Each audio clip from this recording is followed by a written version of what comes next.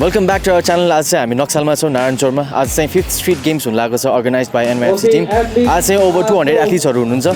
This is one of the biggest platform for athletes to showcase their talent. आज चाहिँ game एकदम टाइममा start भएको छ। अहिले चाहिँ हाम्रो ओभरअल क्याटेगोरी स्टार्ट भइसकेको छ। सो अहिले चाहिँ 5जना एथलिट्सहरू रेडी भइसक्नु भएको छ उहाँ प्लेटफर्ममा। So I hope I'm hoping to talk with some athletes, some judges and some organizers as well, organizing team as well. So let's go and talk to them. Alright, good morning Sukadev. Good morning. आज तपाईको धेरै time लिनु म आज actually गेमको माहौल actually मजाले explain गर्दिनु। गेम यस्तो हामीले एक्सपेक्ट गरेको भन्दा way big number of athletes हुनुहुन्छ। सो अलिकति च्यालेन्जिङ टाइम भयो हिजोदेखि नै हामीलाई।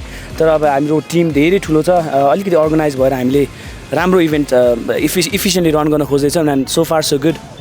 या हिजो पनि अलिकति वेदरले अलिकति च्यालेन्ज गरे, बट आई थिङ्क एथलिट्सहरू सबैजना हाइप अप नै भयो, अलिकति वार्म अप मजाले भयो लाइक हिजोको वेदरले गर्दा पनि। I think what do you think about that? It was a very new experience. एथलिट्सहरू त्यही अलि रमाइलो भयो जस्तो लाग्छ हामीलाई। हामी कुनै कुरा नराम्रो भयो भन्दैनौँ, it was a lesson learned. तर वेदर एकदमै अनएक्सपेक्टेड वेदर थियो। हामीले वैशाखमा इभेन्ट राख्नुको मेन कारण भनेको पानी नपर्दैन भनेर थियो।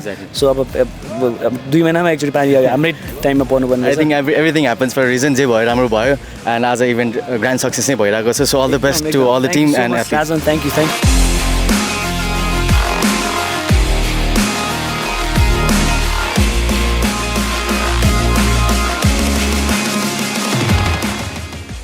नाइस, उसको गेम सकिसक्यो त्यहाँ।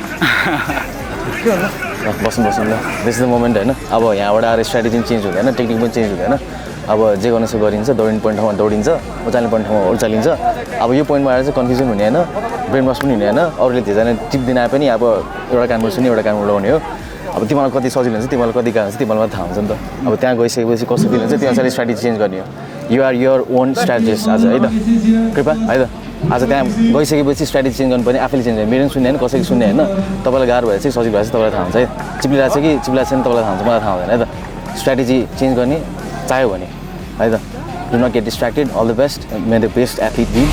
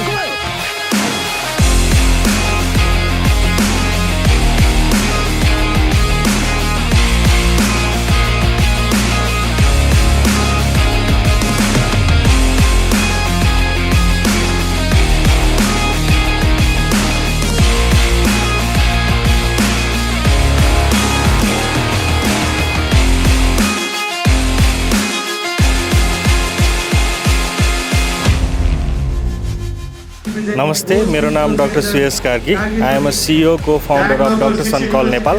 डक्टर सनकल भनेको चाहिँ बेसिकल्ली हामीले घरैमा गएर स्वास्थ्य प्रदान गर्ने संस्था हो।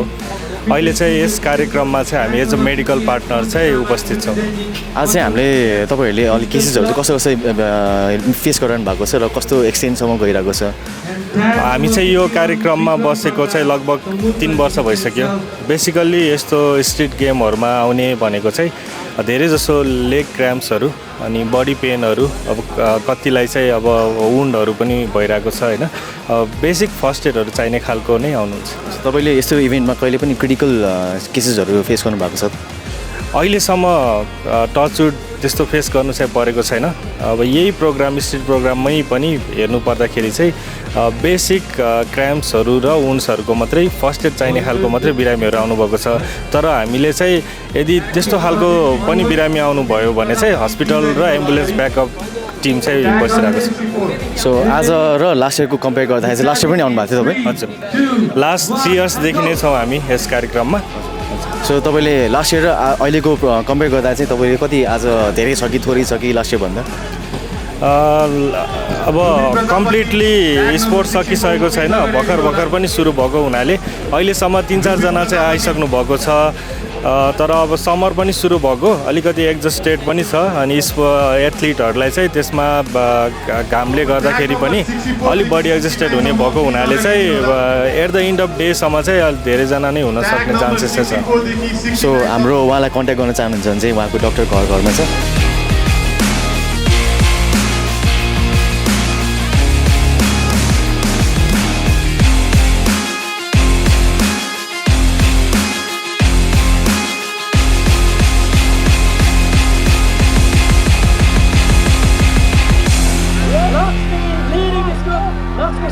very strong with the deadlift. Let's see how running is, but she seems to be very strong with the weights.